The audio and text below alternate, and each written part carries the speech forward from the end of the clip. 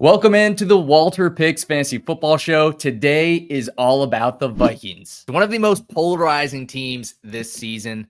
We got JJ McCarthy starting off at the quarterback. Right now, underdog, QB 16, pick 124. Sleeper, QB 19. WalterPicks, QB 18. And then it gets to the players that I think a lot of people really have tough decisions on drafting. Are we going with Aaron Jones? Last season, 14.3 points per game. Definitely getting a little bit older. He was RB 19 last season. This year, a lot of people are buying into that, him getting older, him regressing a little bit at underdog ADP 84, RB 29, and RB 25 on sleeper. WalterPicks, we got him at RB 20. He did have a 62.3% snap rate last season. That's something that I think he can repeat, but can he repeat the same fantasy football value at 14.3 points per game? Because we also have RB Jordan Mason joining this team as a rookie. Good pickup for the Vikings, a backup they need. RB 31 on underdog, RB 38 on sleeper, RB 40 on WalterPicks. And then it comes to some players that I think everyone's drafting, just need to figure out where. There's Justin Jefferson, last season, 19.3 points per game, wide receiver 4 last year. On underdog, he's being drafted as the wide receiver 2. On sleeper, being drafted as the wide receiver 2. On WalterPicks, and we have to talk about this one when we get to Justin Jefferson, but he's going as the wide receiver 3, which may be a surprise to some people, but we'll have to debate that one there. Then we've got Jordan Addison, who is likely facing a 3-game suspension this season for a case he has with a DUI. And last season, he was 15.1 points per game. So a real nice improvement. Wide receiver 20. So the Vikings had 2 wide receivers in the top 24. Underdog, he's going as wide receiver 36. Sleeper, wide receiver 32. And WalterPicks, wide receiver 35. So quite a deal compared to where he was last year. But we do have to factor in that 3-game suspension. And then finally, a guy we talked a little bit about earlier that I'm interested to hear some details on, TJ Hockenson. Last season, he was recovering from injury, 9.3 points per game, tight end 15 in terms of points per game. This season, he's going on underdog as the tight end 5, pick 88, pick 57 on sleeper, so much higher on sleeper, tight end 5, and then WalterPicks. We got him as tight end 4, but way back at pick 80. So that just goes to show a little bit how we're valuing the tight end position this year. Very inconsistent last season. He missed the first 7 games, returning from the ACL injury. And then he did not play over 65% of snaps until week 12.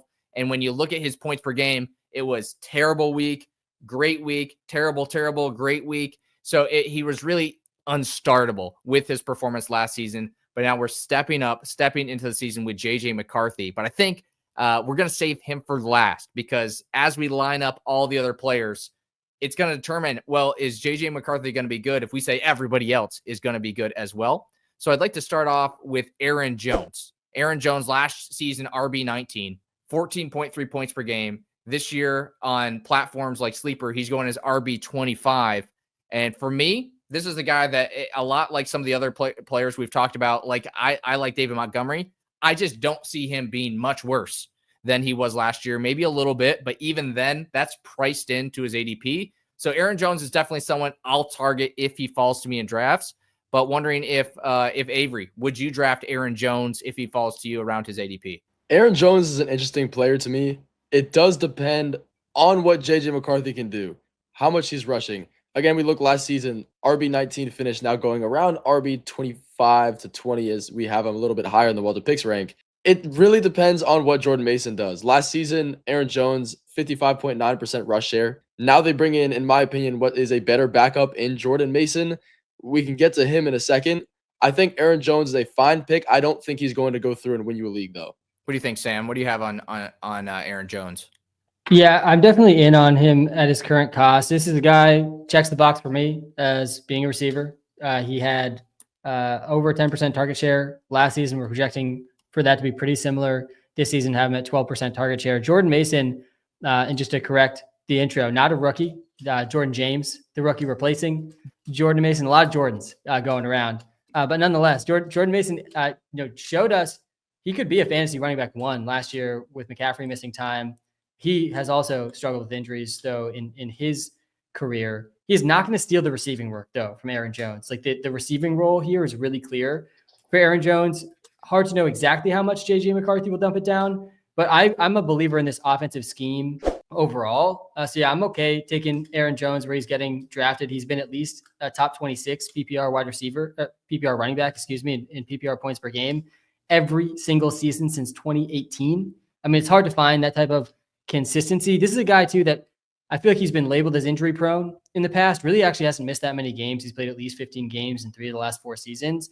I think the addition of Jordan Mason should only help that. So yeah, I'm fine taking Aaron Jones where he's going. It's why we're a little bit ahead of ADP.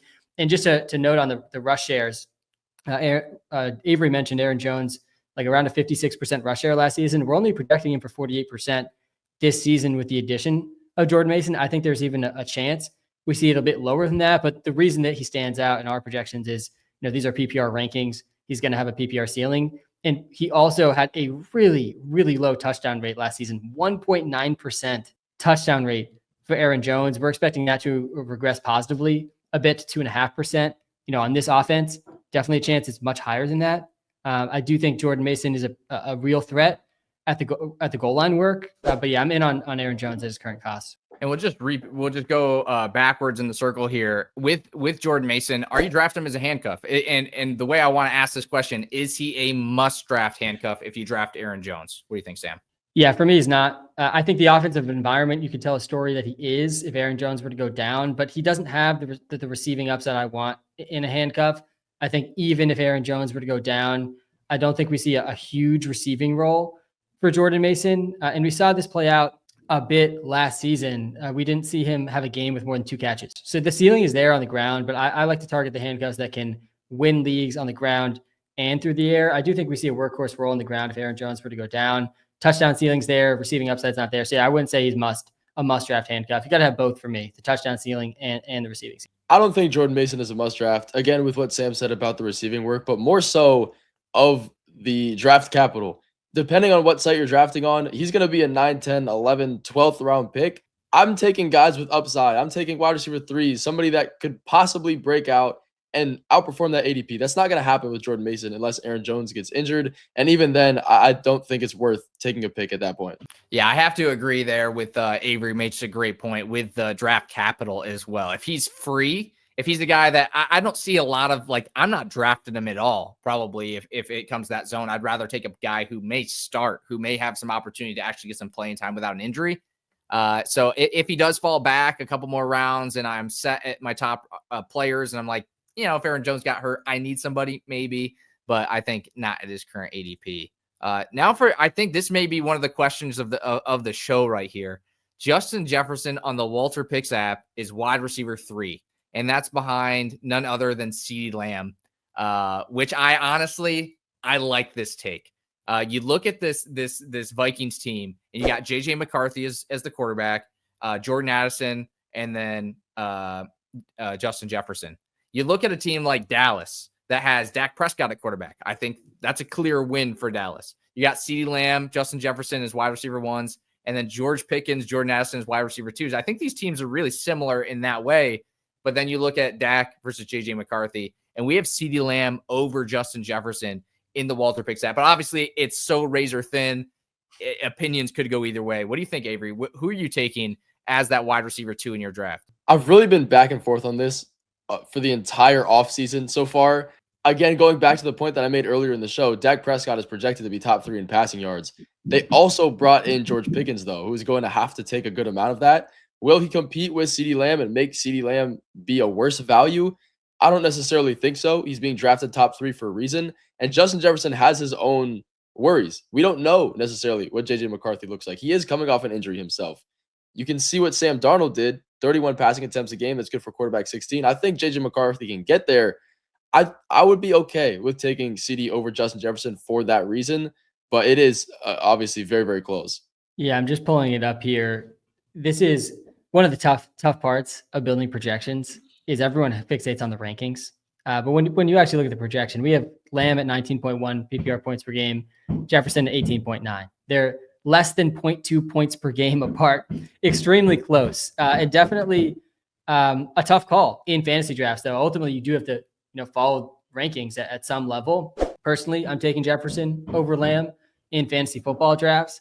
I do think Jefferson's just a bit of a safer play and also has just a little bit more upside. But the reason that Lamb comes out ahead in the projections is the team level stuff, some of which Seth was pointing to. But last year, the Dallas Cowboys, they ran 63 plays per game. That's 4 more than the Vikings. They averaged 37 pass attempts per game. The Vikings averaged 33 pass attempts per game. So 4 more pass attempts per game. And we have a pretty similar projection this year. It's not a ton of reason to think it's going to be much different. We actually have 1 less pass attempt per game from the Cowboys. The Cowboys have also ranked top 5 in pass attempts inside the 5 for multiple years in a row now. So that helps the offensive projections as well. But yeah, personally, I feel safer with Justin Jefferson. I think we're splitting hairs, though. I think both round out that sort of elite 6 that I think Seth was referring to before with Jahmyr Gibbs, Bijan, Jamar Chase, and Saquon rounding at that top 6. But yeah, I feel fine with CeeDee Lamb. I don't think that the addition of George Pickens is that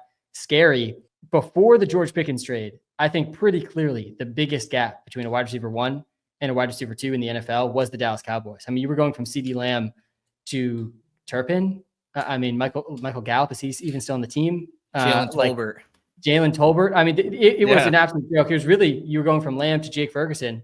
And now it's probably the Giants maybe that have the biggest gap in terms of wide receiver 1 to wide receiver 2. But there were so many targets to go around. This really barely shifted our target share projection for Lamb. I think Pickens will also be a really exciting pick in his own right. But yeah, you're just a little bit safer with the Dak pick. But I think a little bit safer with Lamb because of Dak. But I think a little bit safer with Jefferson just because of the talent profile that he has. There's almost no way he's not near the top of the league in both volume and efficiency, regardless of quarterback. We just saw him ball out with Sam Darnold. And I'm actually pretty bullish that this offense has a much higher ceiling with JJ McCarthy than Sam Darnold. I am a little uncertain, though, if he's going to be able to sustain all of these fantasy ADPs. We have 2 top 33 wide receivers here, a top 2 wide receiver, a top 5 tight end, and a top 25 running back. I mean, we're asking a lot in the fantasy community of JJ McCarthy here. Obviously, a really good offensive system in the past, but yeah, I would personally go Jefferson over Lamb, and I get why we're projecting Lamb over Jefferson. Yeah, and we're gonna jump to that wide receiver 2 in a second, but I do have to throw the Steelers in the ring as well. It's as a huge gap between the wide receiver 1 and the wide receiver 2. Very fair. But I do want to talk about Jordan Addison next, likely facing the 3-game suspension. Which for me personally, I think can make him a deal, because if you look at the underdog ADP, wide receiver 36, sleeper ADP at pick 68, if you play in a 12-man league or less, that's a bench option. If you didn't grab a quarterback off the start, if you're going to wait on tight end, you could add Jordan Addison to your bench. You won't even need him for the first 3 weeks. Last season, wide receiver 20, 15.1 points per game. And he's going way back to wide receiver again, 32 on sleeper. So much, much cheaper. Regression baked into the price. Is this a guy worth drafting with the suspension, with JJ McCarthy coming in? Or is he someone that, there's other guys in that range you'd go for? What do you think, Avery? Jordan Addison confuses me a lot. In the beginning, maybe a month ago, I was very out on Jordan Addison because of new quarterback, all this competition. With the suspension looming, his ADP has slowly been dropping to a point where I can kind of come around to it. But when you do look at it, TJ Hockenson is going to get some targets. It's a tight end, shorter routes. You look at Aaron Jones, he's going to get some checkdowns. Justin Jefferson is going to get some targets. So then you look at what necessarily is left for Jordan Addison. He's a great deep threat. He doesn't necessarily need a massive target share to be great, but it does worry me a little bit. If his ADP keeps dropping, I will be okay with it. I'm not reaching to go out and get him, but it's not somebody I'm necessarily very excited to draft, especially with the questions around JJ McCarthy, because there is a lot of pressure on him for fantasy, at least, to make all these guys viable. Yeah, I'm with Avery here. I think if anyone's getting squeezed here, it's going to be Jordan Addison or Hockenson. If McCarthy can't sustain these guys, it's definitely not going to be Justin Jefferson. And I think the running back roles are somewhat clear, even with the new running back addition. So I'm a little bit fearful of that. Right now in the WalterPicks app, we are projecting Addison out week 1 and a reduced target share in week 2 and 3 to try to split the middle a bit of trying to project this suspension, which still has not come. And I think generally people expect it to be a 3-game suspension. The NFL often ends up being a little under what people expect, which is why we landed on kind of a 1.5-game suspension that we're projecting in the app right now. If a 3-game suspension comes in, though, he certainly will drop down our ranks as well. But I also agree with what Seth was saying of it potentially being a buying opportunity. I care way more about week 15, 16, and 17 than week 1, 2, and 3. And especially depending on how my team is being built in my fantasy draft, I'd be more willing to snag Addison if I feel good that I won't need him in the first month or even first 2 months of the season, but that he could be a league winner down the stretch, because he could be a league winner down the stretch. He had 2 games over 30 points last season, same amount that Amon-Ra St. Brown had, not a super consistent fantasy producer. He had, I think, 4 games under 10 points, but he was like a slightly better version of Jameson Williams last year in sort of his play style and his production in fantasy. So yeah, I want to be in on the upside case. Definitely nervous about JJ McCarthy being able to sustain Addison like we saw Sam Darnold do. So yeah, I can see both sides for Jordan Addison. I'm very curious to see where his cost lands up, because he's definitely a guy I could talk myself into if the cost gets, in that wide receiver 40 range. Certainly a real ceiling here, but my biggest question is, can McCarthy sustain all these guys? Even though I do believe the upside is higher than Darnold, I'm not sure what the floor really is for JJ. Yeah, and then we have one more player that we need to talk about today before we get to JJ McCarthy himself, and it's TJ Hockenson. So again, last year, 9.3 points per game, extremely inconsistent, extremely volatile option, to where I say unstartable. That's where it goes to me, where it's, again, great week winning performance, or definitely putting you in contention to win your week on his own, and then absolutely tanking your week, under 5 points potentially. And for me, I think that's a squeeze. I know that JJ McCarthy likes the tight end, but I do believe the pecking order is definitely Jefferson. He's open. If you're a new quarterback, you throw Jefferson the ball, it's going to make you look good. And then the running backs are going to have theirs. I think Hockenson, for me, risky pick, especially somewhere on sleeper. Tight end 5. We've got him at tight end 4, but the ADPs are completely different when you look at sleeper versus WalterPicks, because we've got him at pick 80. A much more digestible price, a price where there's some upside included. On sleeper, he's going to be your 5th round pick. So you're going to be getting 2 running backs, 2 wide receivers, essentially a mix of those, and then TJ Hockenson as your 5th pick. And then you're going to be going into round 6 before you get your flex spot or a quarterback. So for me, I honestly can't be drafting him at this point, but I'd be interested to hear what you think, Sam, if you're going to be taking TJ Hockenson this year. Yeah, and I think after this discussion, we can talk about it with the projections team at WalterPicks later today. I think I would go Laporta over Hockenson. Yeah, same. But yeah, I agree with you. I think if you're taking Hockenson 1 to 2 rounds after where Kittle goes, it's a big mistake. You're getting a huge giving a huge advantage to the Kittle drafter. It's a situation with Hockenson that I want to throw last year out because of the injury. He didn't play more than 60% of the snaps until week 12 last season. So we actually only saw 5 fantasy football games from Hockenson last season. So there is a reason to throw out the season. And when you look at the season before, he was the tight end 2 in fantasy points per game, 14.6 points per game. That was back with Kirk Cousins, though, who historically has peppered his tight end with targets. And I think if it's not Addison, it's going to be Hockenson getting squeezed for fantasy in this offense with JJ McCarthy at the helm and potentially not being able to sustain all of these elite fantasy options. So yeah, I'm with you. I'm on board the elite tight end, which is Bowers, McBride, Kittle, or Punt this season. I'll probably have no teams with TJ Hockenson for that reason. Just way too much risk, I think, baked in at this cost. What do you have, Avery, on Hockenson? Where would you? I'll put it this way, because we've all been pretty low on him. So if you're high on him, let me know. But what pick would you take Hockenson? I agree with the general consensus that if you're having to take him with an ADP of 50 to 60, that is way too high. Once we get to where he's not necessarily a crazy early pick, I'm okay with that. I was going to point out the fact that Sam was talking about how he wasn't necessarily really the tight end 1 until about week 12 of the season, until he started upping his snap percentage. But he didn't have one single touchdown all year, and he finished as a tight end 15, considering all the games that he did miss, almost 10 fantasy points a game. I think that can improve. I agree. He is a top 5 fringe tight end for me. But if you're having to take him next to almost George Kittle in the top 3, I'm not getting near that. Yeah, I can agree there. I just think tight ends this year, be careful. That's all I'm going to say on tight ends. I think there's going to be some gems late, and whoever can find those gems, I think your chance of winning the league go up significantly. Then we want to get to the man of the hour. I guess it's JJ McCarthy. We've talked about all of his options from Aaron Jones, Justin Jefferson, Jordan Addison, TJ Hockenson. JJ McCarthy has these elite weapons that people are drafting so high. Let me just do a quick reminder here that we've got Justin Jefferson, no questions asked, top 5 player. We've got Aaron Jones currently being drafted on Sleeper as a 6th round pick, ADP 69. We got Jordan Addison going in Sleeper, ADP 68. So this is another 6th round pick. And TJ Hockenson on Sleeper going ADP 57. So if you look at Sleeper rankings, we have 4 of his players in the first 6 rounds.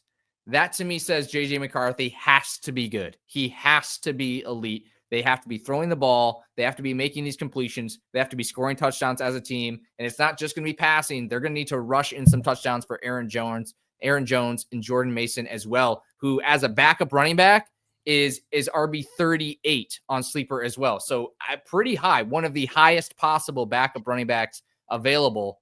But for me, no, thank you. I think JJ McCarthy, the possibility, the growth, the lack of rushing upside that would all need to come together. He needs to be almost perfect to be viable for fantasy football. So if you do want to draft him, for me, I mean, he's QB 19, may go undrafted in your league, maybe a last pick candidate. If you like him, you like the Vikings, you believe in these players, give it a shot. But for me, JJ McCarthy is definitely not a guy I would trust at all. When fantasy football comes around once a year, I'm going to trust JJ McCarthy to be my quarterback. No, thank you. But I'll what do you think, Avery? I think McCarthy is a really interesting case. When I look at his ADP of QB 18 and who he's being drafted next to, he is right next to Jared Goff, who we just talked about earlier in the show. And that sparks the question.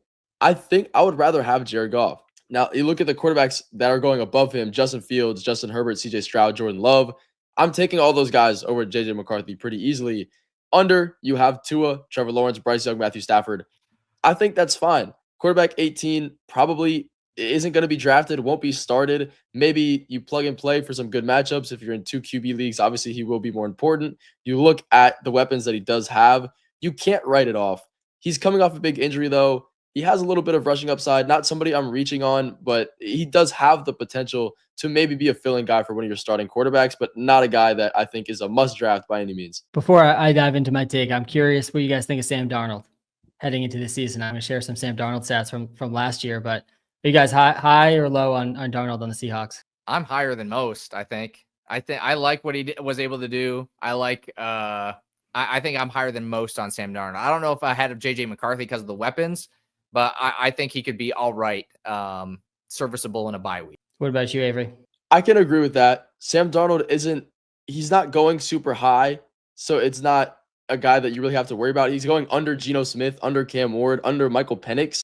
Yeah, so I disagree with you a little bit on the Sam Darnold stuff. I think he's going to really struggle. And I think the end of last season from Sam Darnold was pretty telling. I mean, it was a tale of 2 seasons, really, for Sam Darnold last year. In the first part of the season, he was a QB1 in fantasy. He ended up finishing the year, Sam Darnold, at the QB8 in points per game, 19.5 points per game, by far the best season of Sam Darnold's career. But down the stretch, he was losing the Vikings games pretty single-handedly. Still had some decent fantasy performances in there, but he also had 3 of his last 5 games, including the playoff game, he went under 13 fantasy points.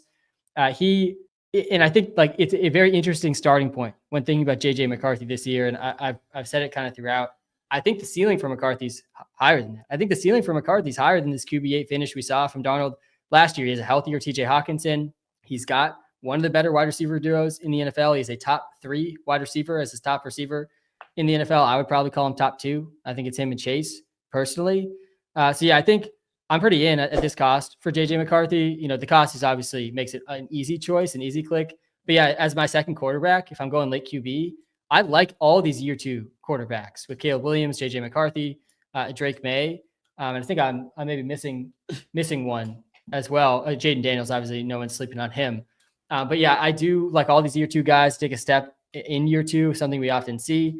He has somewhat sneaky rushing upside. He's 94th percentile size adjusted speed. Didn't run a ton in college, though. I don't think he's going to be like this huge rushing factor in fantasy, but we've already seen this offense turn Sam Darnold into a top 8 fantasy football quarterback. Not a quarterback I think is very good So it's one of the friendliest environments in the league. You're getting him for free, basically, in drafts. So yeah, I'm in on his current cost. This is the exact part of the draft where I just want to be shooting for upside. I think the upside here is pretty obvious. And he was the 10th overall pick in the draft.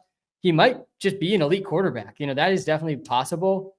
I also think it's not going to be truly a rookie season for him. I know a lot of people will refer to it as that, but I think there's something to be said about, sitting on the sidelines and getting a full year of kind of watching, even though he wasn't able to play with his injury, that we can expect something a little bit better than what we typically see from a rookie quarterback. I know we saw most of the year 2 quarterbacks this season. Last season, the rookie year struggle outside of Jaden Daniels. But yeah, I'm pretty bullish on the upside at this cost. We're slightly ahead of the sleeper ADP, a little bit behind of the underdog ADP. But if you draft Justin Jefferson and you go late QB, why not take a stab at JJ McCarthy in one of the later rounds? All right, we're going to finish up the Vikings with a rapid fire draft or pass. So we've got 3 players on the docket here. We've got Aaron Jones, Jordan Addison, and TJ Hockenson. And for me, I'm drafting Aaron Jones. That's a plus for me. Jordan Addison, that's a plus for me as well. I'll take a risk on either one of those guys. Again, they're going around the exact same pick. So I would prefer, honestly, I think Aaron Jones, I'd prefer, even though I'm a little bit more scared of him, if I did need a running back at that zone, I think I'd be pretty happy getting him as my flex or my first running back off the bench. And then Jordan Addison, I'd go for if Aaron Jones wasn't there or if I need a wide receiver. And for me, I'm out. So out on TJ Hockenson. All of these guys, I am more or less on the fence about. Aaron Jones, that's a fine draft pick. Again, it depends, obviously, where you have to grab him at. Jordan Addison, if he continues to drop in ADP, which I expect him to, the closer we get to the season, the more people talk about his suspension, I will say that is a draft. And TJ Hockenson, I'm avoiding if you're going to have to take as a top 4 tight end. You might as well just wait. I'm going draft Aaron Jones, pass on Jordan Addison and TJ Hockenson. All right, I got to ask one more question, and this is a fantasy football tip. If your league allows suspended players on IR, how much does that boost Jordan Addison's stock to be able to have an extra pick, an extra player? You kind of almost get first shot at the waiver wire for the first 3 weeks. What do you think, Sam? Yeah, it definitely makes me more likely to draft him. Love those sneaky edges you can get. It also depends a bit how deep your bench is.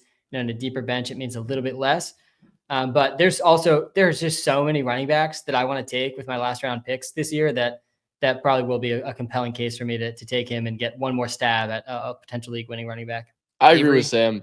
If you're getting to that point, you're drafting Jordan Addison to be good halfway through the season for the fantasy football playoffs. JJ McCarthy should also be improving as a player, as a quarterback at that point as well. So if you're taking that bank, you can use him in the IR slot for the first couple weeks he's suspended. I think that's fine.